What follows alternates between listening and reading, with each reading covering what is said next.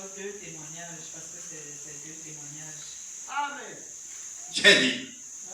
Il y a de cela 2 semaines, on a commencé la nuit de prière, le groupe des femmes.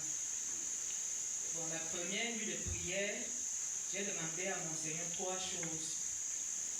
La première chose, c'était que mon fils ne se sentait pas bien. Donc, depuis vendredi, à la veille de son examen, malgré qu'il prenait les vidéos, il ne se sentait pas bien. Il avait un problème au ventre, je ne sais pas ce qu'il a mangé.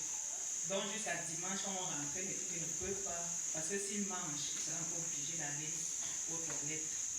Bon, quand nous sommes donc venus, j'ai posé ce problème à mon Dieu. On a fini de leçon, on a fini de prier, on a prié ensemble. Quand je rentrais lundi matin, parce qu'on a fait ça ici à l'église, quand je rentrais donc lundi matin, je lui ai trouvé déjà en tenue, étant déjà prêt. Amen. Je lui demande que, mais c'est comment ça va déjà? Il me dit, maman, ça va déjà très bien. Amen.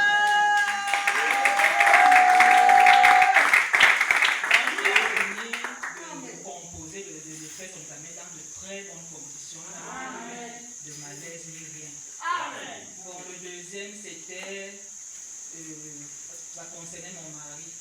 Vous savez que depuis le mois de janvier, il est ici avec nous. Il n'a pas eu de problème dans son lieu de service, aucun problème. Bon, les gens avec qui il travaille son pain, ils ont dit que son salaire est un peu costaud. Donc, ils ne peuvent plus le supporter. C'était la seule raison que le salaire est un peu fort. Donc, ils viennent attendre la direction. Donc, il est venu. On parlait que c'était des choses de 2 semaines ou 1 mois. On est parti jusqu'à 4 ou 5 mois, presque 5 mois. Il était là.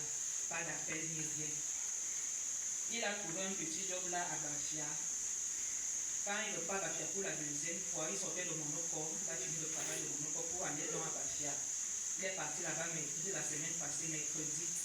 Il était encore en route, le téléphone sonnait. Bon, il disait que ce sont les gens qui le dérangent, il ne prend pas. C'est à l'arrivée qu'il a donc regardé le téléphone, il voit que c'est son patron qui l'appelle, 6 appels en absence, jusqu'à envoyer même les messages que rappelle-moi dès que tu as ce message, vite, vite.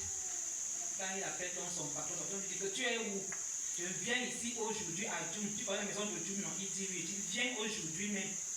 Il a dit j'ai compris patron. Il m'appelle, il me dit que voilà donc la situation que j'ai. Je lui dis que non, tu es déjà parti. Appelle-le, tu lui dis que tu as un travail à finir. Donc il t'attend jusqu'à samedi. Quand il appelle le patron a dit il n'y a pas de problème, je t'attends seulement. Mais il n'a même pas pu finir le travail parce que des petits problèmes. Bref, il est rentré dimanche. Lundi, pendant la route.